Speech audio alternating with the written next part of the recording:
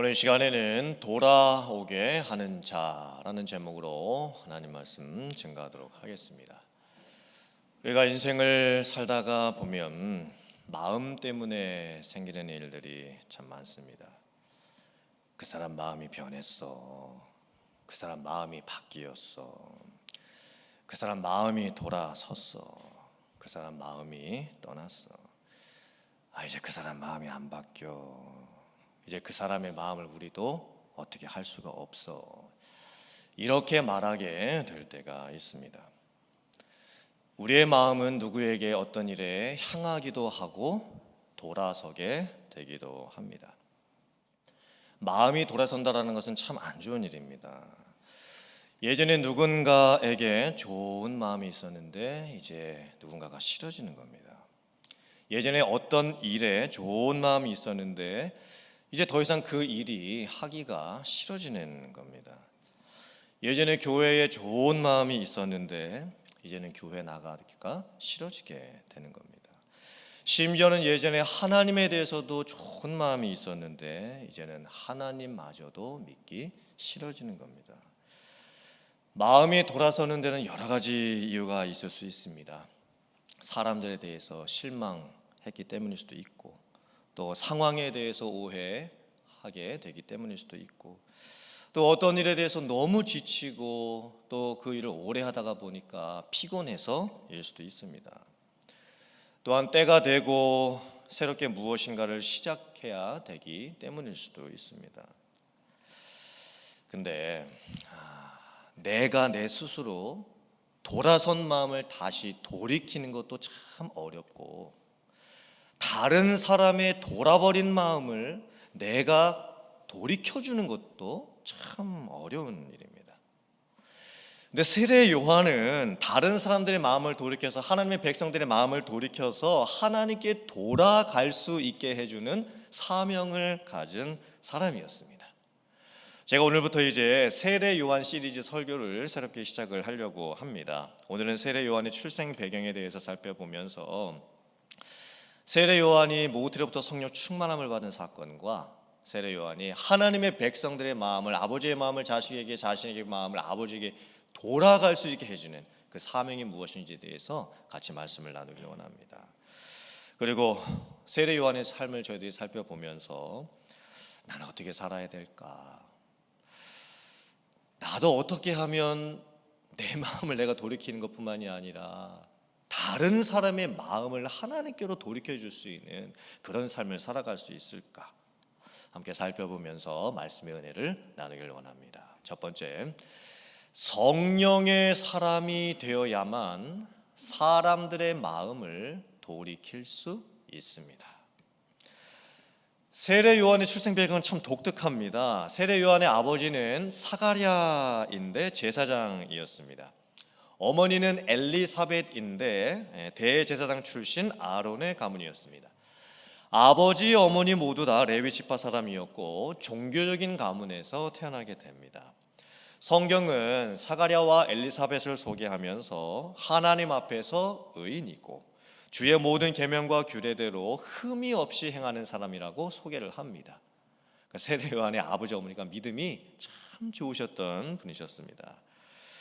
그런데 문제가 하나 있었는데 엘리사벳이 나이가 많았음에도 불구하고 아기를 낳지 못하고 있었습니다.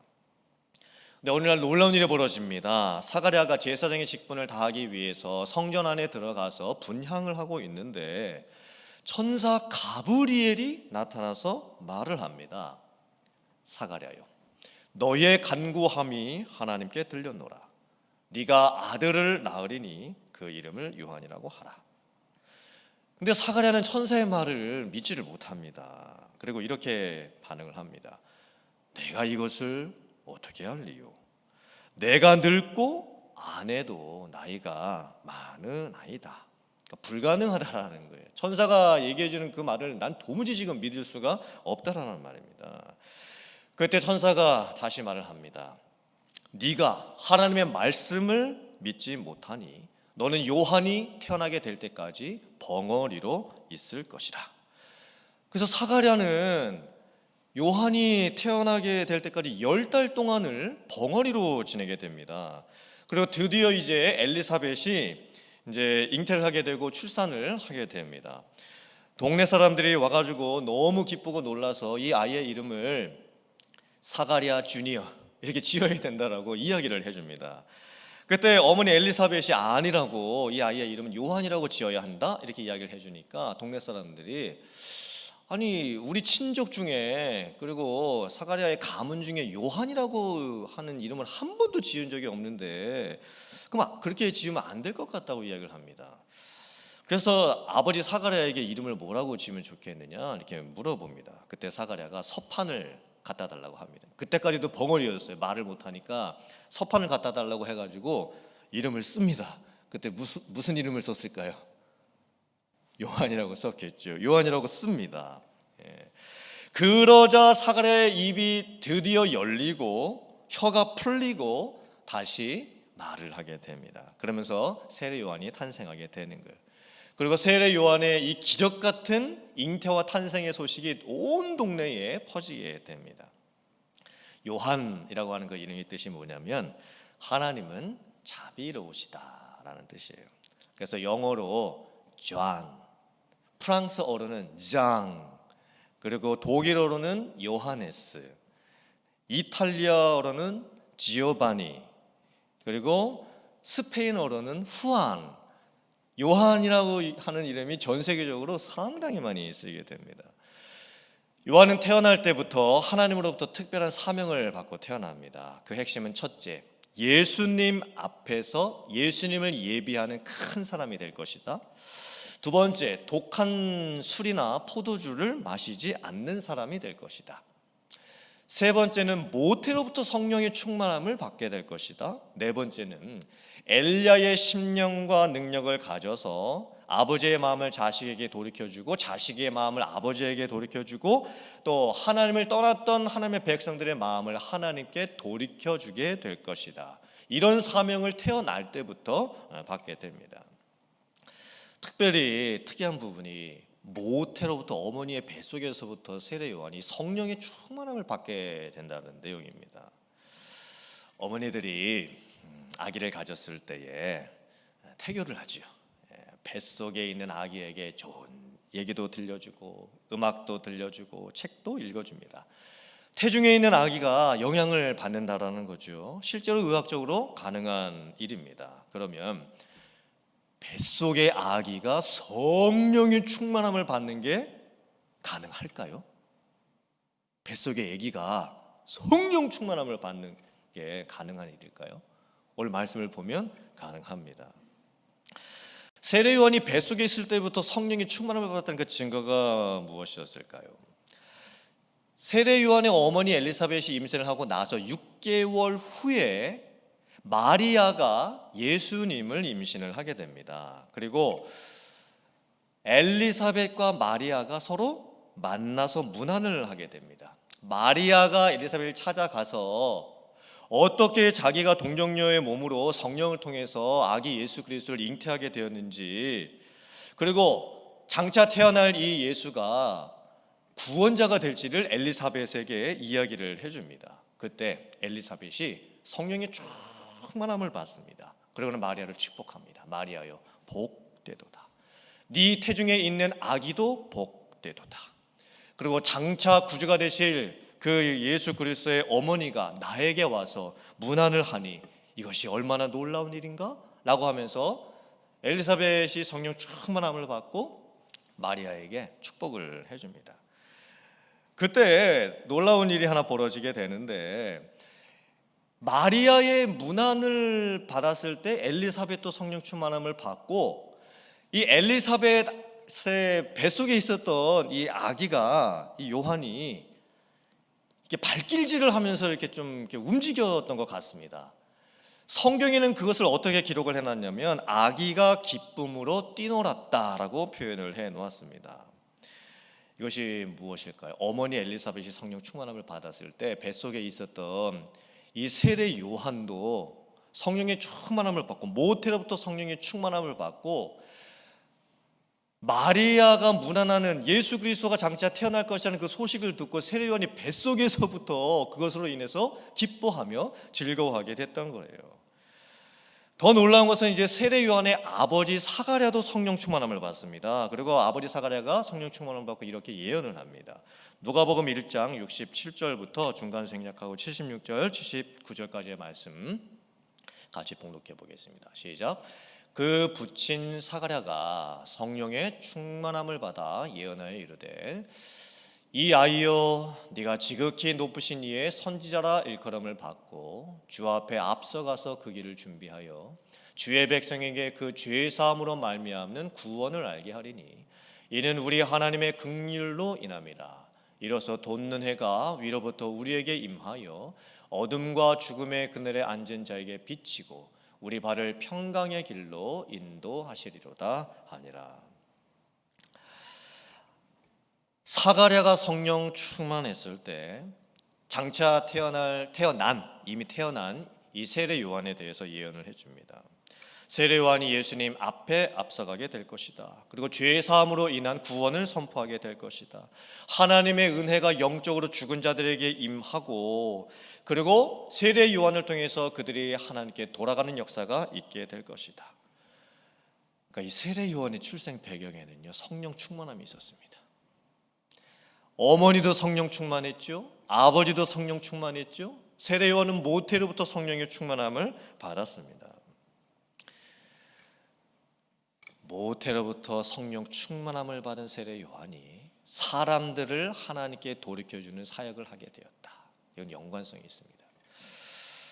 사람의 마음을 위로하고 움직이는 것은 참 힘든 일입니다. 더욱이 상처난 사람, 오해하고 있는 사람, 마음 문을 닫은 사람, 화가 나 있는 사람, 마음이 무너져 있는 사람의 그 마음을 회복시켜주는 것은 참 어려운 일입니다. 우리는 우리의 힘으로 사람의 마음을 움직이지 못합니다. 우리가 아무리 착한 인격을 가지고 있고 말을 유순하게 하고 얼굴에 미소를 품고 그 사람을 대해 주어도 그 사람의 마음이 움직이지 않습니다. 우리가 의지해야 할 분은 성령이십니다. 성령께서 사람들의 마음을 움직이시고 변화시켜 주십니다. 에스겔서 36장 26절 말씀 같이 봉독합니다. 시작. 또 새 영을 너희 속에 두고 새 마음을 너희에게 주되 너희 육신에서 굳은 마음을 제거하고 부드러운 마음을 줄 것이다. 사람들의 마음을 부드럽게 해주고 사람들의 굳은 마음을 제거해 주시는 것은 새 영, 성령의 역사입니다. 로마서 12장 8절 말씀 같이 봉독해 보겠습니다. 시작. 혹 위로하는 자면 위로하는 일로. 성령의 은사 중에서 위로하는 은사가 있습니다. 그 위로하는 은사는 어떤 은사인가? 자, 같이 읽어보겠습니다. 시작. 교회 안에서 도움이 필요한 성도들에게 사랑하는 마음으로 찾아가서 위로와 권면의 말을 통해 도움과 치료를 받게 하고 그들을 격려하여 그를 세우는 능력이다. 성도들은 부부싸움을 했을 때에 부부싸움 하고 나서 그것을 푸는 방법도 좀 달라야 합니다. 두 사람 중에 한 명이 먼저 성령의 충만함을 받는 거예요. 그러니까 더 많이 말씀 보고 더 많이 기도하고 더 많이 성령 충만함을 받은 사람이 문제를 해결할 수 있습니다. 직장에서 또 비즈니스 하면서 상사와 부하 직원의 문제가 일어나고 거래처 사람들 간에 여러 가지 인간관계의 문제들이 생길 때에 심지어 교회 안에서조차 성도들끼리도 여러 가지 문제와 갈등이 일어나게 될 때에 사람의 마음을 돌이켜줄 수 있는 유일한 방법은 무엇인가? 성령의 충만함을 구하는 겁니다. 그 사람을 위해서도 그 사람 스스로가 성령의 충만함을 받고 굳은 마음이 제해지고 부드러운 마음으로 바뀌어질 수 있도록 기도를 해줘야 되고 그 사람 스스로가 그것을 하지 못할 때에는 내가 나를 위해서 기도해야 됩니다. 하나님, 제가 성령 충만함을 받게 해주시옵소서. 그리고 제가 성령 충만한 그 마음으로 그 사람을 찾아가게 해주시고 그 사람의 얘기를 들어주게 해주시고 그 사람을 위로할 수 있게 해주시옵소서. 그래서 성령의 역사로 말미암아 그가 다시 회복될 수 있도록 도와주시옵소서. 내가 내 스스로 하나님과의 관계 회복, 또 사람과의 관계 회복을 할 수 있는 방법은 성령 충만입니다. 다른 방법은 없습니다. 다른 사람의 마음을 움직이고 바꿔놓을 수 있는 방법도, 돌이켜줄 수 있는 방법도 성령 충만입니다. 세례 요한은 모태에서부터 성령의 충만함을 받아 사람들의 마음을 하나님께로 돌이켜주는 사명을 감당하게 되었습니다. 사랑하는 성도님들, 여러분들께서도 세례 요한과 같은 사람이 되어 보세요. 그리고 여러분 주변에 상처받은 사람, 마음이 아픈 사람, 마음이 돌아서 있는 사람이 누군지를 살펴보세요. 그리고 찾아가세요. 찾아가시기 전에 많이 성령의 충만함을 간구하세요. 그러면 여러분을 통해서 여러분 주변에 있는 힘든 분들 마음이, 닫혀있는 분들의 마음이 열려지고 회복되는 역사가 분명히 일어나게 될 줄 믿습니다. 두 번째, 아버지의 마음을 자식에게, 하나님의 마음을 죄인에게 전해주는 사람이 되어야 됩니다. 세례 요한이 세상에 태어날 때 영적인 배경이 어땠을까요? 구약의 마지막 선지자였던 말라기 선지자의 예언 이후 무려 400년 동안 하나님의 백성들은 하나님을 떠나 있었습니다. 그리고 하나님께서도 400년 동안 침묵하고 계셨습니다. 하나님의 백성들도 하나님으로부터 돌아서 있고, 심지어 하나님께서도 하나님의 백성들에게 더 이상 아무것도 해주시지를 않습니다. 말씀도 주시지를 않습니다. 선지자도 보내시지 않습니다. 구약 성경 말라기의 마지막 성경 구절 말씀이 이렇게 기록되어 있습니다. 말라기 4장 5절부터 6절 말씀, 시작. 보라, 여호와의 크고 두려운 날이 이르기 전에 내가 선지자 엘리야를 너희에게 보내리니 그가 아버지의 마음을 자녀에게로 돌이키게 하고 자녀들의 마음을 그들의 아버지에게로 돌이키게 하리라. 돌이키지 아니하면 두렵건대 내가 와서 저주로 그 땅을 칠까 하노라 하시니라.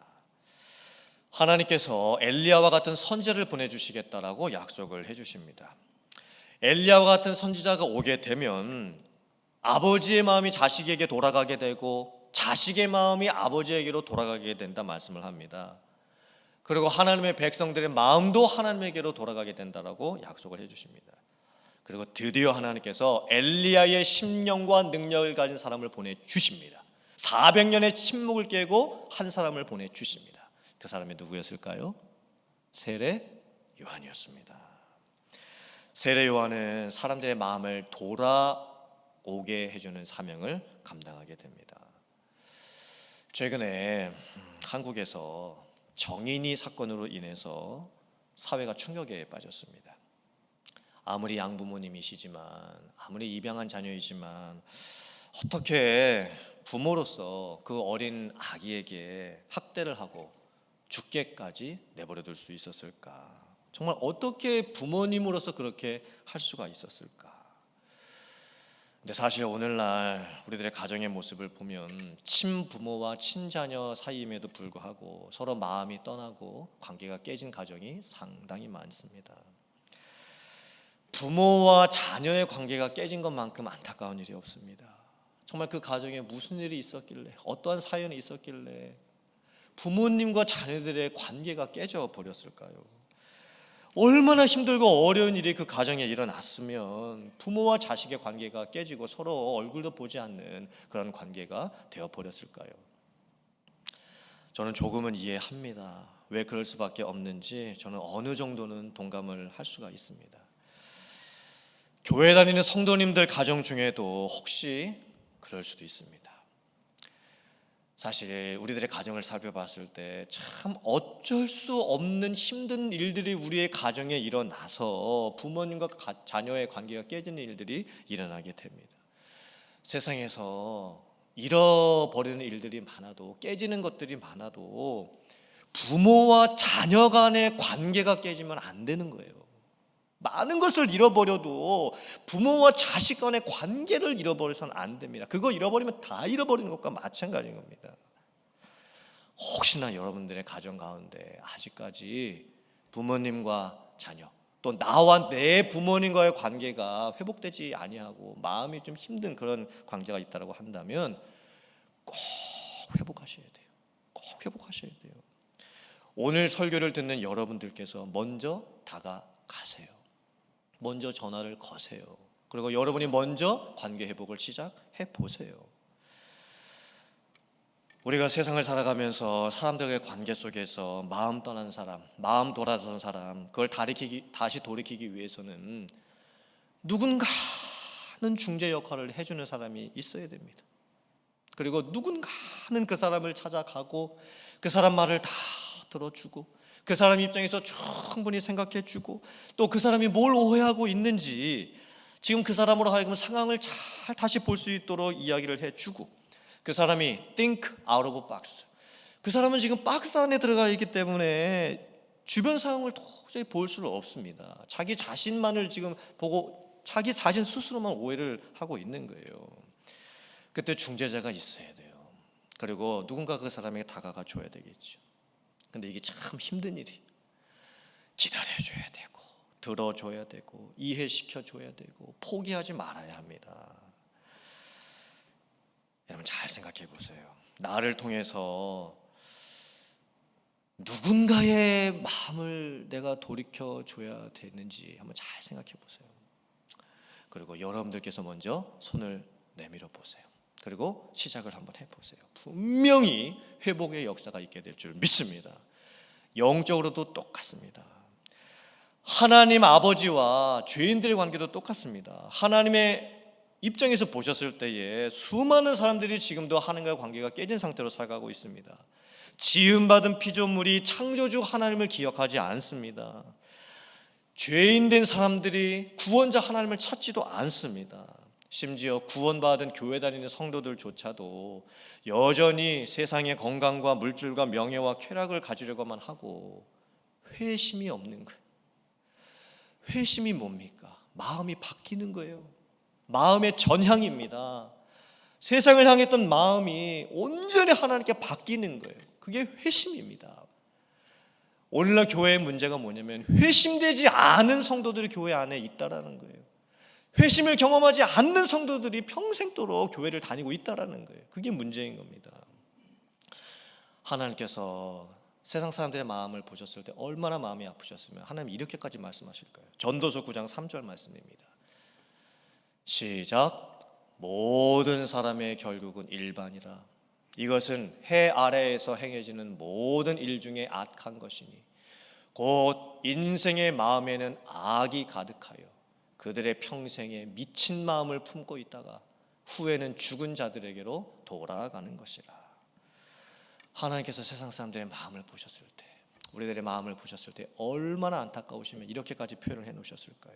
사람들이 평생을 사는데 미친 마음을 가지고 산다라는 거예요.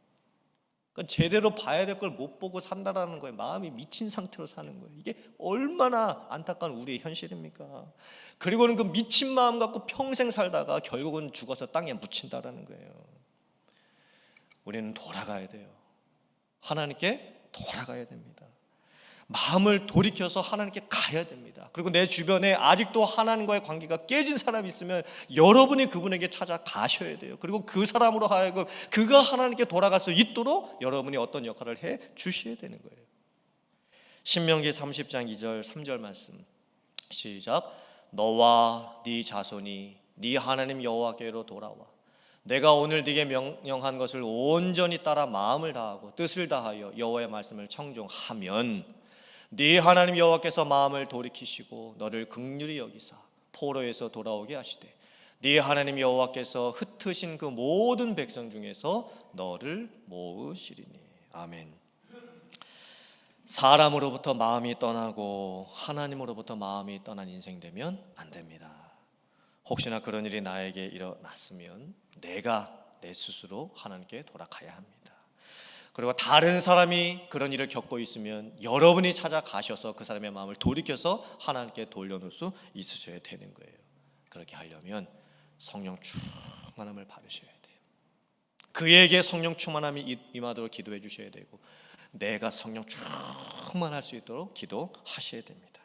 그리고 성령 충만한 마음이 회복이 되면 아버지의 마음이 자식에게 돌려집니다. 자식의 마음도 아버지에게로 다시 돌려지게 됩니다. 이런 회복이 여러분들에게 있기를 주님의 이름으로 축복합니다. 그리고 여러분들 주변에 살펴보세요.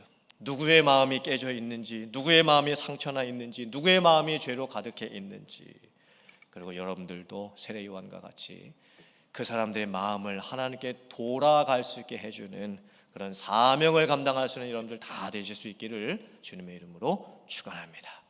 아멘.